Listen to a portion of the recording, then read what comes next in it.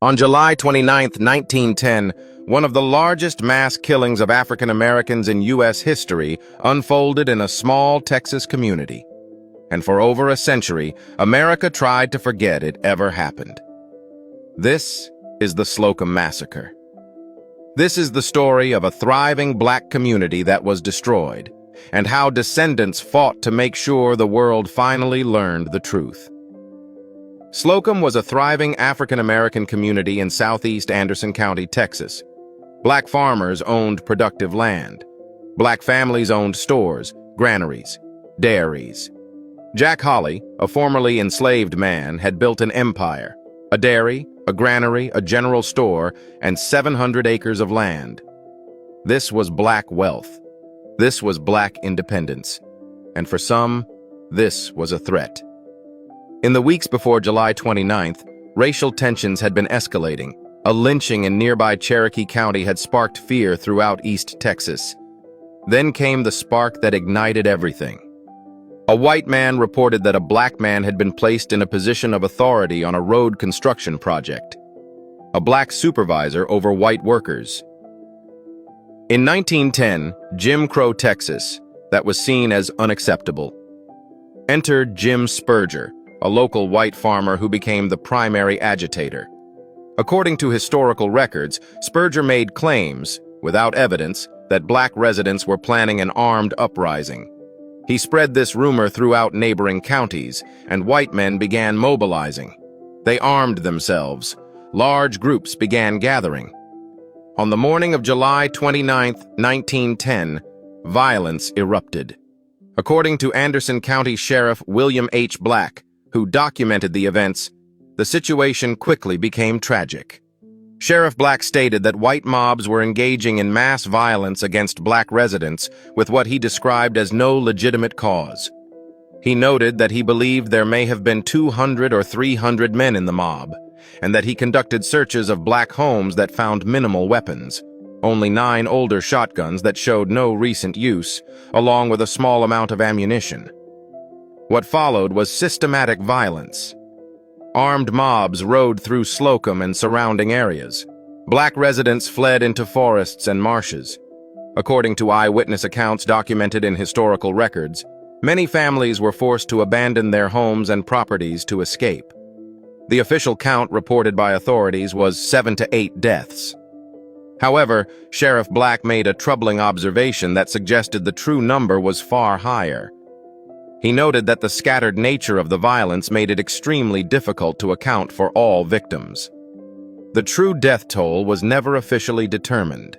According to historian E.R. Bills, who researched the Slocum Massacre, an act of genocide in East Texas, Sheriff Black's own words indicated that the actual number of casualties may have been significantly higher, potentially reaching over 100 or more.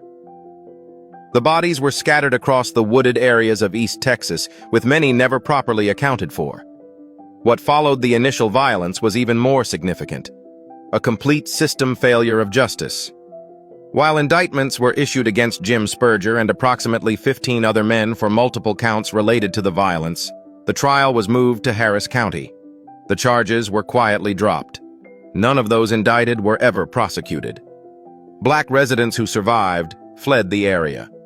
Jack Holley lost his entire estate, his dairy, his granary, his general store, and his 700 acres, when white residents took possession of the property after he and his family escaped to save their lives.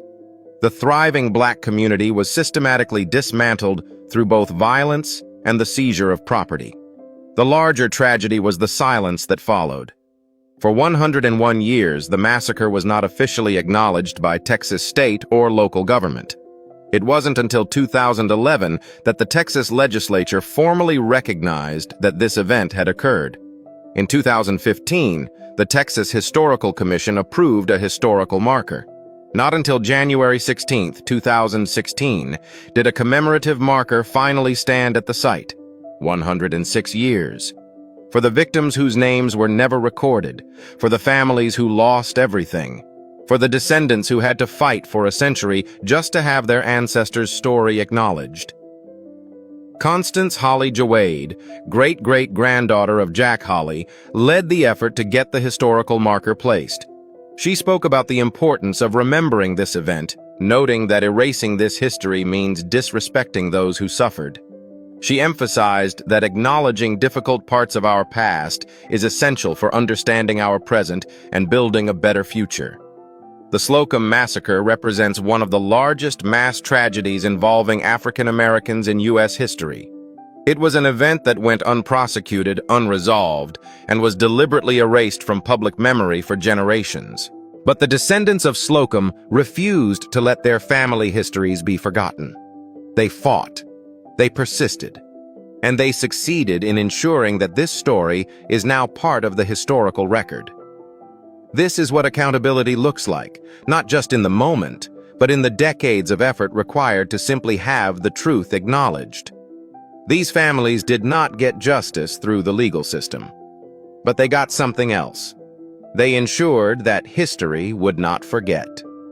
Share this story. Comment on what this history means to you. Because remembering these stories is how we honor those who came before us.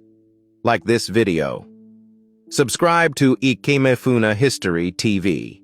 We bring you the complete, documented stories of history, the difficult chapters that shaped our nation. We ensure that these narratives are preserved, researched, and remembered. Because the people of Slocum deserve to be remembered.